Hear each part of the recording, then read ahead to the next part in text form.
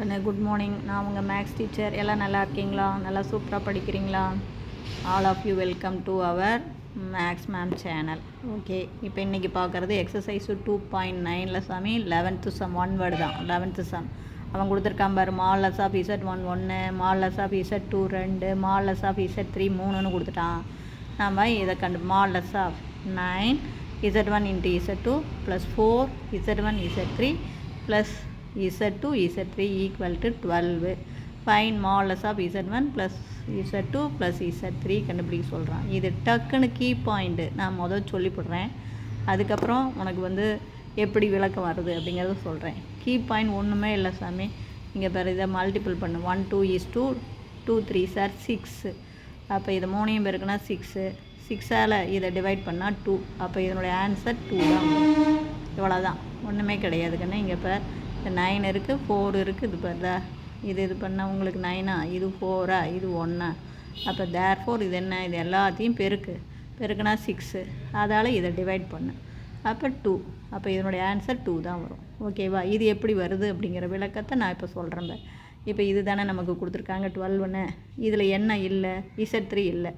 Z3ஆல் numerator multiple பண்ணி டினாமினேட்டரில் divide பண்ணு. மல்டிபிள் பண்ணி டிவைட் பண்ணு. அதே மாதிரி இதில் Z2ஆல் மேலையும் கீழையும் மல்டிபிள் பண்ணி டிவைட் பண்ணு.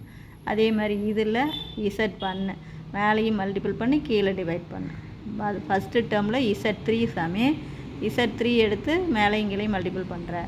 மேலே Z3ஆல் மல்டிபிள் பண்ணால் பேலன்ஸ் பண்ணால் Z3ஆல் டிவைட் பண்ணணும். அதே மாதிரி Z2 இதில் மிஸ்ஸிங். அப்போ Z2ஆல் மேலையும் கீழையும் பெருக்கிற. Z3ஆல் மேலையும் கீழையும் மேலே பெருக்கி கீழே டிவைட். Z1ஆல் பண்ணிக்கணும். இப்போ இதுக்குள்ளேருந்து நம்ம எதை காமனாக வெளியில் எடுத்துருவோம் பாரு. Z1 Z2 Z3 எல்லா ஆட்டம்லேயும் இருக்கா? அப்போ மால்லஸ்லேருந்து வெளியில் எடுத்தோம் அப்படின்னா அது உனக்கு டக்குன்னு என்ன வரும்? மால்லஸ் ஆஃப் என்ன கிடைக்கும் பாரு. Modulus of Z1, modulus of Z2, modulus of Z3. மீதி இருக்கிறது 9/Z3, 4/Z2, 1/Z1 equal to 12. இப்போ நமக்கு மால்லஸ் ஆஃப் Z1 1ன்னு கொடுத்துருக்காங்க. அப்போ இதை ஸ்கொயர் பண்ணால் 1 ஸ்கொயர் பண்ணால் 1. இதுக்கான formula Z1 bar equal to 1. அப்போ Z1 ஈக்குவல் டு 1/Z1 பார். அதே மாதிரி தான் Z2 2ன்னு கொடுத்துருக்காங்க. இதை ஸ்கொயர் பண்ணும்போது இது 4. இதுக்கான formula Z2 bar equal to 4. அப்போ Z2 ஈக்குவல் டு 4/Z2 பார்.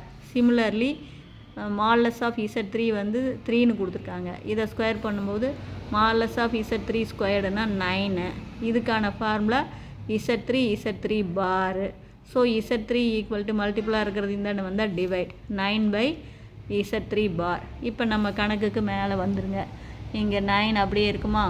Z3க்கு பதிலாக 9 என்னென்னு போட்டுக்கலாம் பாருங்கள். 9 கீழே 9/Z3 பார். அப்போ 4 divided by Z2 bar, 1 divided by Z1, 1 divided by Z1 bar, 9 cancel, 4 cancel, 1. அப்போ இதுக்கு என்னங்க போயிடும்? தலைகீழாக மாதிரி இதாக போயிடுமா? இங்கே மேலே எல்லாம் போட்டிங்கன்னா 1 into 2 into 3 இது 6, 6க்கும் இதுக்கு அடிச்சுன்னா 2 ஆயிரும். அப்போ இதுக்கு அப்படியே மேலே ரெசிப்ரோக்கலாக மாதிரி மேலே போகும். அப்போ Z3 பார், Z2 பார், Z1 பார். இதுக்கு ஹோல் பார். மால்லஸில் இருந்தால் ஹோல் பார் தனித்தனியாக இருக்கிறது ஹோல் பார். மால்லஸ் ஸ்கூலில் பார் இருந்தால் நீக்கிக்கலாம். அப்போ மால்லஸ் of Z1 + Z2 + Z3 equal to 2. இவ்வளோ தான். இது புரியுதா தங்கம்? ஏதாச்சும் சந்தேகமாக இருந்தால் கேளுங்க. ஜஸ்ட்டு கீ பாயிண்ட் நான் முன்னாடியே சொல்லிட்டேன். அப்படியே பெருக்கி டிவைட் பண்ணினா தீர்ந்தது. அதுதான் ஆன்சர். Okay, thank you.